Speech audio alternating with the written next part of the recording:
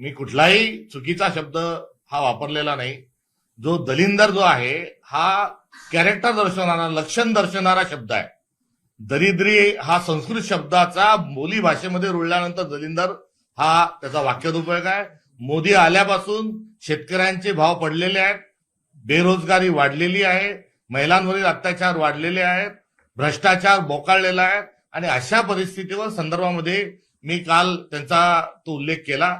संस्कृत मधला मूळ शब्द हा जर भारतीय जनता पक्षाला खटकला असेल तर नरेंद्र मोदी हे पनोती आहेत हा जरा समजेल अशा भाषेत मी शब्दप्रयोग पुन्हा एकदा या ठिकाणी करतो. महाविकास आघाडीमधून तुम्ही आज बैठक घेतली, परंतु महाविकास आघाडीमध्ये एक नेते मंडळी सध्या सत्तेत जाताना पाहायला मिळतात. प्राजक्त तनपुरे हे देखील आता सत्तेच्या वाटेवर आहेत. शशिकांत शिंदे प्रदेशाध्यक्ष, काय प्रतिक्रिया तुमची? काय आहे की निवडणुकीच्या माध्यमातून काही लोक जात आहेत ही पण बातमी आम्हाला कळलेली आहे. अजूनपर्यंत पक्षाकडे त्यांनी कुठल्याही प्रकारचा आपला राजीनामा किंवा कुठल्याही प्रकारचं मत व्यक्त केलेलं नाही. परंतु मला वाटतं की मागच्या निवडणुकीच्या वेळेला काही चौकशा त्यांच्या मागे लावलेल्या होत्या. त्याच्या संदर्भामध्ये दबावाचं तंत्र वापरण्याचा प्रयत्न भाजपने केलेला आहे. त्या तंत्र वापरल्यानंतर किंवा विधान परिषदेच्या माध्यमातून मागच्या विधानसभेच्या पोटनिवडणुकीला त्यांना काही आश्वासन दिलं असेल तर मला वाटतं त्याप्रमाणे त्यांनी निर्णय घेतला असेल असं समजतंय. माझ्याशी चर्चा जेव्हा होईल तेव्हा मी त्याच्यावर प्रत्यक्ष स्टेटमेंट देईन, त्याच्यावर प्रत्यक्ष मग मी बोलेन. दुसरी गोष्ट आहे की काल आम्ही जो निवडणुकीच्या संदर्भातला आज जी बैठक झाली त्या बैठकीमध्ये आम्ही संभाव्य 17 जागेच्या संदर्भात सविस्तर चर्चा केलेली आहे. 29 तारखेला परत आमची एक बैठक होईल आणि त्या बैठकीमध्ये आमची नामं होती. भाजपच्या असलेल्या सर्व गोष्टी बघता आणि त्यांच्या महायुतीची संख्या बघता त्यांना संघर्ष करून उभं करून निवडणुकीला आम्ही समोर जायचं अशा प्रकारची भूमिका घेतलेली आहे. 1, 2, 3 ठिकाणी फक्त तिन्ही पक्षामध्ये उमेदवाराच्या बाबतीमधली मागणी आहे. तरी सुद्धा 29 तारखेला सविस्तरपणे चर्चा होऊन त्यामध्ये एकमताने उमेदवार आम्ही देऊ अशा प्रकारची आज चर्चा झाली आहे. ठीक नहीं ये आज महाविकास आघाड़ी की सभा आने वाले विधान परिषद के चुनाव को लेकर संपन्न हुई, जिसमें member of parliament Supriya Sule ji वहां पर मौजूद थे.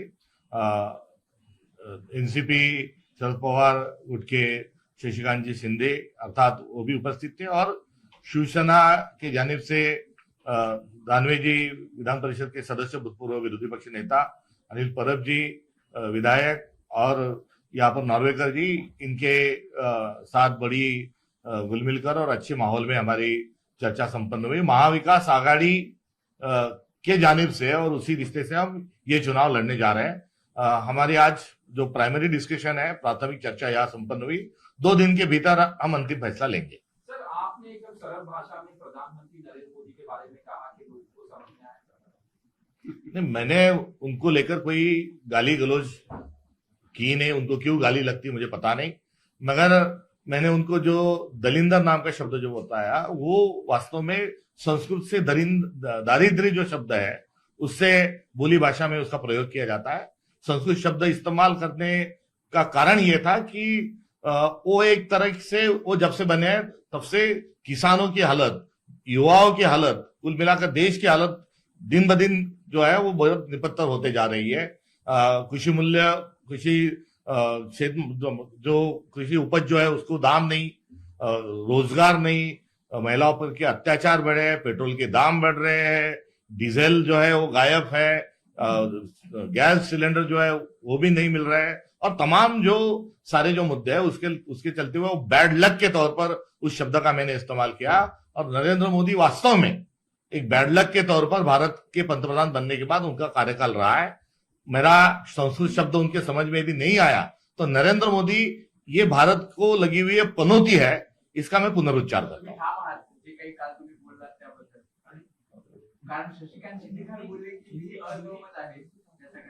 सर, कल भारत में बकरी ईद मनाई जाएगी. हम देख रहे हैं कि इस साल काफी ज्यादा पॉलिटिसाइज किया जा रहा है. घरों घरों से बकरियां निकाली जा रही है. बीजेपी के वर्कर पिग या फिर सुअर लेके देखो, ये अभी डीजल नहीं है, पेट्रोल पंप पे लंबी कतार लगी है. पेट्रोल के और सारे पेट्रोल उत्पादन के जो दाम है वो बढ़े हुए हैं।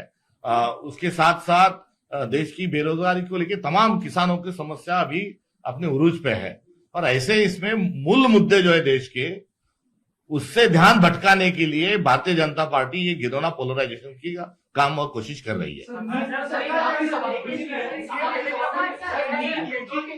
सीबीएसई के पेपर के बारे में भी सवाल कोई कमी नहीं है पेट्रोल डीजल की, ऐसा पीएम फडणवीस कह रहे हैं, जमाखोरी की जा रही है। झूठ बोलने की भी हद होती है। तो पेट्रोल पंप में जो लोग कतार लगा के खड़े हैं, लंबी लाइन जो लगी है, ये क्या नाटक है, या लोग धूप में शौक से वहां धूप में जा रहे हैं? तो बताते समय जो एक व्यक्ति एक बहुत बड़े पद पे, उन्हें जिम्मेदारी के साथ बोलना चाहिए, और वो जिम्मेदारी के साथ उनका ना तो बर्ताव है, ना करनी है, ना कथनी है।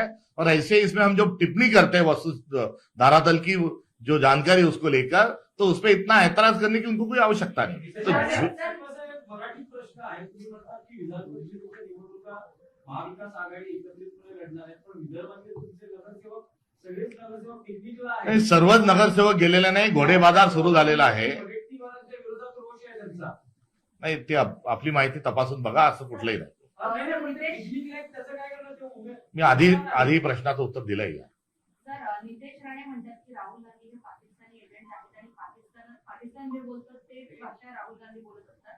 पाकिस्तानला खुश करण्याचं काम राहुल गांधी करतात आणि तिकडून जी स्क्रिप्ट येते ते राहुल गांधी बोलतात। मध्यंतरी ते कुठे गायब होते माहित नाही, त्यांनी थोडं स्टूल बोल घेऊन त्याच्यावर उभं राहून बोलावं अशी माझी त्यांना विनंती आहे। मात्र एवढं सगळं बोलण्याच्या ऐवजी काय जी भाषणे बिसरणे सगळं करून तोंडाच्या वाफा गमवापेक्षा जो भारताला स्वयंनिर्भर करण्याकरता जो अजेंडा आहे मोदीजींना चालवल्याचा त्यांनी आग्रह धरावा। क्रूड ऑइल जे आहे हे कोणत्याच विदेशातून, कोणत्याच इस्लामिक देशातून आणि ख्रिश्चन देशातून येणार नाही, याची काय व्यवस्था प्रबंध करता येईल असं नॉन बायोलॉजिकल नरेंद्र मोदींकडे त्यांनी तशा प्रकारचा आग्रह धरावा। जे वैद्यकीय क्षेत्रातले जे संशोधन आहेत, जे भारतीय नाहीत, त्याचे उपचार त्यांनी नाकारावे। असं जर त्यांनी केलं तर जास्ती चांगलं होईल। ज्येष्ठ मंत्री ते म्हणतात की खरं तर 2029च्या निवडणुकीमध्ये भाजप आपल्यासोबत काय करेल हे माहित नाही, त्यामुळे स्वबळाची निवडणूक 2029ची लढावी अशा पद्धतीचा नारा त्यांनी त्यांच्या पक्षाच्या मीटिंगमध्ये दिलेला असल्याचं पाहिजे। फुलय हे भारतीय जनता पक्ष हा चेटकीन आहे, हा विरोधी पक्षातले लोक वारंवार खातोय, हे आम्ही यापूर्वीच सांगितलेलं आहे। आणि त्यांच्या सोबत जो मित्रपक्ष राहील त्याचा केसाने गळा कापणे ही त्यांची शैली राहिलेली आहे। त्यांनी साक्षात हिंदू हृदय सम्राट बाळासाहेब ठाकरेजींना त्यांनी त्यांच्यासोबत कशा पद्धतीचं त्यांच्या पक्षासोबत काय केलं हे आपल्यासोबत आहे। शरद पवार साहेबांसारख्या लोकनेत्यांच्या संदर्भात आपल्या वस्तुस्थिती आपल्या सोबत आहे। त्यामुळे त्यांच्या जवळच्यांना पहिले ते खातात आणि भारतीय जनता पक्ष अशी चटकी नाही म्हटल्यास चुकीचं ठरणार नाही। थँक्यू। देखो नीट एग्जाम जो है, वो नीट एग्जाम का जो पेपर लीक हुआ है वो पहली बार नहीं हुआ है, इसके पहले 70 बार हो चुका है, 71वीं बार इस बार हुआ है। और नीट की एग्जाम को लेकर जो मंत्री है उन्होंने तात्काल स्वरूप में इस्तीफा देना चाहिए, ये हमारी मांग है। मगर एप्स्टीन फाइल जैसे घिनौने कांड में जो पुरी नाम के मंत्री, उनका इस्तीफा न होना और इन मंत्रियों का भी न होना, एक जैसे इन्हें बेशरमता की ये कहीं ना कहीं एक हद हो चुकी है, इतना भी हम कहना चाहते हैं। और केवल नीट का ही नहीं, तो हर एग्जाम जो है उसके पेपर फोड़कर एक भ्रष्टाचार करने का एक सिलसिला उन्होंने शुरू किया है। जो सरकार वोट चोरी के माध्यम से सत्ता में आती है वो इस प्रकार से सभी चोरियों को बढ़ावा देती है।